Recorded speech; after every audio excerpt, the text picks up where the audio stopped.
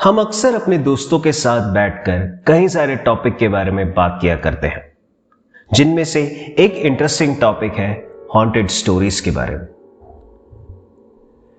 कोटा में आईआईटी की coaching classes में पढ़ रहे 4 दोस्तों ने एक बार ऐसे ही बैठकर हॉन्टेड स्टोरीज और हॉन्टेड इंसिडेंट्स के बारे में बात किया।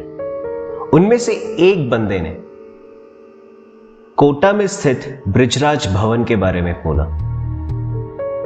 बृजराज भवन चंबल नदी के पास स्थित बृजराज भवन पैलेस एक समय में मेजर चार्ल्स ब्रिटन का घर हुआ करता था, जिनकी 1857 के रिवोल्ट में इंग्लिश ईस्ट इंडिया कंपनी के इंडियन सिपाहियों ने हत्या कर दी। उनके 2 जुड़वा बेटे थे, जिन्होंने उसी बिल्डिंग के छत से कूदकर आत्महत्या कर ली। कहते हैं कि आज भी मेजर की आत्मा उस महल में भटकती है, और इसी बात को साबित करने के लिए, इसी बात को जानने के लिए उन्होंने डिसाइड किया कि वो कुछ दिनों के लिए इस महल में जाके रुकेंगे। रुकने के पहले दिन उन्हें कुछ खास पता नहीं चला।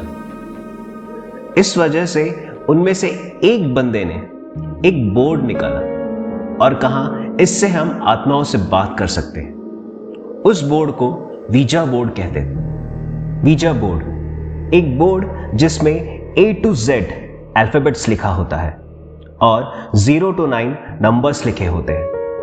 उसके अलावा इसमें यस और नो और गुड बाय लिखा होता है। इस बोर्ड को प्लैंजेट नाम की एक चीज से पढ़ा जाता है, जो भी इस रिचुअल में पार्ट ले रहा है उसे इस प्लैंजेट पर हाथ रखना होता है और बोलना होता है, गुड स्पिरिट प्लीज कम। ऐसा कहने के बाद वो कुछ वक्त तक उस आत्मा का वेट करने लगे। कहते हैं कि आत्मा अपने प्रेजेंस का एहसास कई तरीके से दे सकते हैं, या तो वो किसी ठंडी हवा के झोंके के साथ, या किसी कैंडल्स या दिए को बुझाकर, या किसी चीज को नीचे गिराकर। मगर ऐसा कुछ रिस्पॉन्स ना आने पर थोड़ी देर बाद उनमें से 2 लोगों ने यह गेम क्विट करने का सोचा, मगर उनके बाकी 2 दोस्त बीच में क्विट करने से डरने लगे। तभी उनमें से एक लड़के ने एक डरावनी आवाज में कहा, Yes, I am here. और ऐसा कहने के बाद वो लड़का बेहोश होकर गिर गया। उसके अगले दिन इस हादसे के बारे में कुछ भी याद नहीं था उसे। उसके बाकी 3 दोस्तों ने उससे अलग अलग तरीके से बात करने की कोशिश की, उससे बात निकलवाने की कोशिश की, मगर उसे कुछ भी याद नहीं था। उस हादसे के बाद वो अपने हॉस्टल पहुंच गए और वहां से एक नई कहानी शुरू हुई। उन चारों को एक वक्त पर एक ही नंबर से एक साथ एक एसएमएस आया, और उस एसएमएस में लिखा हुआ था, आई नीड यू। जब उन्होंने उस नंबर पे कॉल बैक किया तो टोन में the number does not exist वाला मैसेज आया, आई नीड यू। तीनों को एक वक्त पे एक साथ एक नंबर से यह मैसेज आया। किसने भेजा होगा यह मैसेज? उन्होंने इस नंबर के बारे में पता करने की कहीं कोशिश की, लेकिन जिनसे भी पूछे तो उन्हें यही रिस्पॉन्स मिलता था कि this number does not exist. कई दिनों तक लगातार ऐसे मैसेजेस आने पर पहले उन्हें किसी दोस्त का प्रैंक समझकर उस चीज को इग्नोर किया, मगर धीरे धीरे वो मजाक एक डर में बदल गया। कुछ दिनों बाद उन्होंने इस मैसेज को अवॉइड किया और मूव ऑन करने लगे। लेकिन एक दिन उन सबको एक ही नंबर से एक कॉल आया। उन्होंने जब कॉल अटेंड किया तो उसमें एक डरावनी सी हंसी सुनाई दी, और उसी आवाज में कहा गया, कॉल मी अगेन। उन्होंने जब वापस उस नंबर पे कॉल किया तो as usual the number does not exist वाला मैसेज उन्हें मिला। कॉल मी अगेन मतलब इसके पहले भी कॉल किया गया है, मगर वो फोन से नहीं, वीजा बोर्ड से। ये चीज जानने में और इस चीज को समझने में उन्हें ज्यादा वक्त नहीं लगा। उन्होंने तुरंत उसी के बाद इस इंसिडेंट के बाद उन्होंने वीजा बोर्ड लिया और उस आत्मा से कोऑर्डिनेट करने की कोशिश की। उन्होंने उस आत्मा से कई सवाल पूछे, जिसमें से पहला सवाल था कि कौन हो तुम, जिसका जवाब उसने दिया, शालिनी। उसके बाद उन्होंने पूछा कि तुम्हारी मौत कैसे हुई, जिसका जवाब था मर्डर। और तीसरा सवाल था कि तुम हमसे क्या चाहती हो, तो उसका जवाब था मर्डर। यह सुनते ही वो चारों डर गए और वो बोर्ड बंद कर फेंक दिया। तभी अचानक से उन सबके मेस फोन में एक एसएमएस आया, जिस पे लिखा था, he killed me, I need you to kill him. Internet पे लिखी गई कई स्टोरीज में से एक थी। मुझे नहीं पता कि इसमें कितनी सच्चाई है, मगर सवाल यह है कि क्या पैरानॉर्मल एक्टिविटीज रियल में होती है। नमस्ते दोस्तों, मेरा नाम विष्णु नायर है और आज मैं आपके सामने इसी टॉपिक के बारे में कहने आया हूं। आपको मैं बताना चाहूंगा कुछ फैक्ट्स और कुछ चीजें जो कि रिलेटेड हो पैरानॉर्मल एक्टिविटीज से। पैरानॉर्मल एक्टिविटी, पैरा और नॉर्मल वर्ड से बनी ये वर्ड, जिसमें नॉर्मल का मतलब होता है ऐसी एक्टिविटीज जो हम साइंस एंड टेक्नोलॉजीज के द्वारा प्रूव कर सकते हैं या जिसे हमारी टेक्नोलॉजी एक्सेप्ट करे। एंड पैरानॉर्मल मतलब वो एक्टिविटी जिसे ये टेक्नोलॉजी एक्सेप्ट नहीं कर पाती हो, या वो एक्टिविटी जो कि करंट टेक्नोलॉजी के ऊपर हो, जिसे एक्सप्लेन कर पाना मुश्किल हो। तो क्या होगी ये पैरानॉर्मल एक्टिविटीज? कोई आवाज, कोई डरावनी हंसी। और ऐसी चीजों के बारे में हम जब भी बात करते हैं तो सबसे पहले हमारे माइंड में भूत या भूतों की स्टोरी आती है, मगर किसी हॉन्टेड स्टोरीज और पैरानॉर्मल एक्टिविटीज में ज्यादा रिलेशन नहीं होता। हर एक्टिविटी के पीछे कुछ ना कुछ साइंस होता है और हम इस साइंस को जानने के बजाय किसी भूत या किसी आत्मा ने किया होगा मानकर उस पैरानॉर्मल एक्टिविटी को नाम दे देते हैं।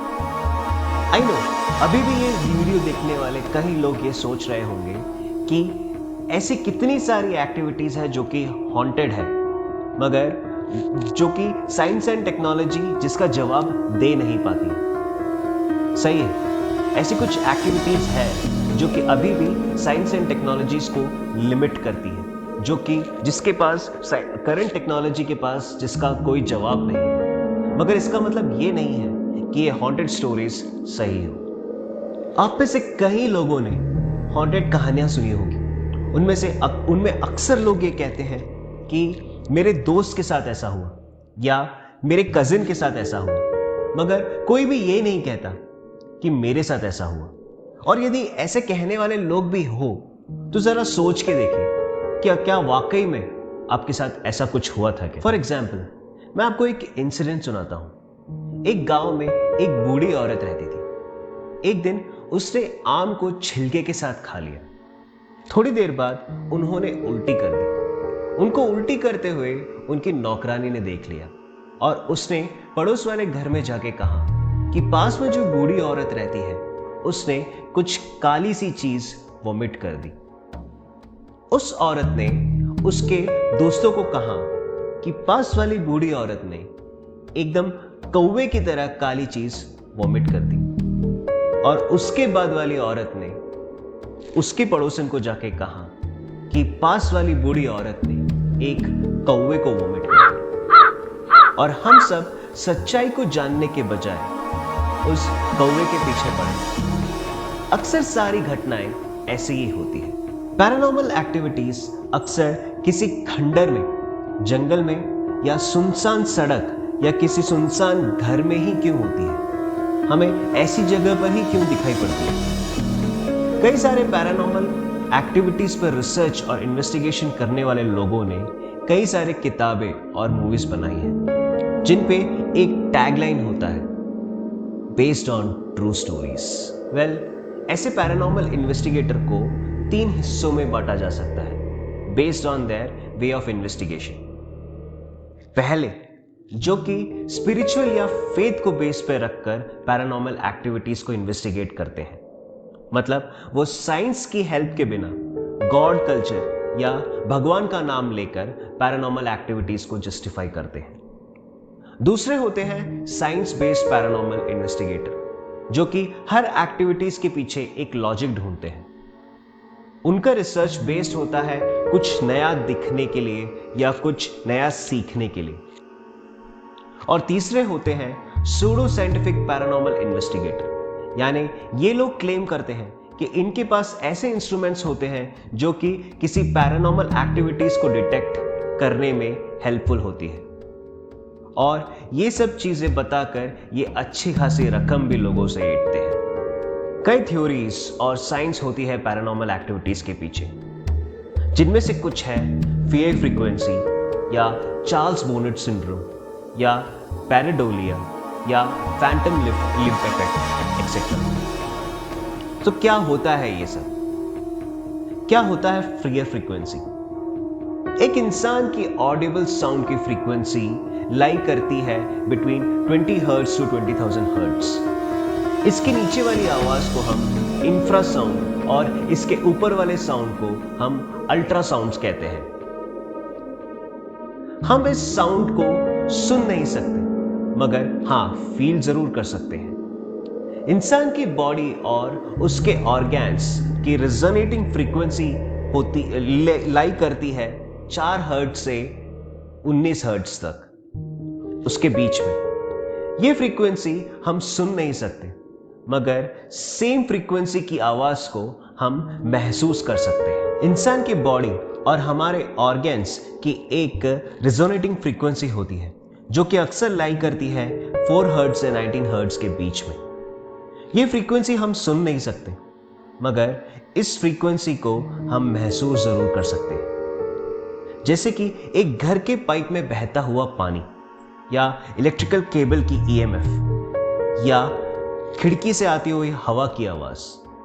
ये सब चीजें इतनी लो साउंड होती है कि लेकिन इन सब चीजों को हम फील कर सकते हैं, और ये हमारे बॉडी पे एक ग्रेट इंपैक्ट और इफेक्ट डाल सकती है। आप कई बार सुनते होंगे कि नेचुरल कैलामिटीज जैसे कि सुनामी, अर्थक्वेक, इन सब के पहले एनिमल्स और बर्ड्स एकदम से ऑड बिहेव करने लगते हैं।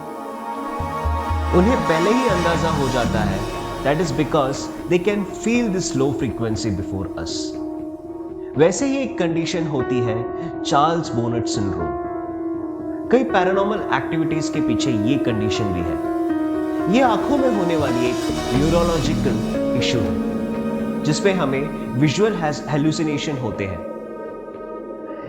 हम कई ऐसी चीज देखते हैं जो कि उस लोकेशन पे एक्चुअली होती नहीं है और जो कि उस लोकेशन पे एग्जिस्ट नहीं करती। इस सिंड्रोम में इंसान अंधा तक हो सकता है, मगर ऐसे कंडीशन से गुजरते हुए लोगों को लगता है कि they are dealing with some paranormal activity. उसी तरह हम ऐसे हॉन्टेड इंस्टेंस को किसी सुनसान बंद घर में या पुराने खंडरों में ही क्यों महसूस करते हैं?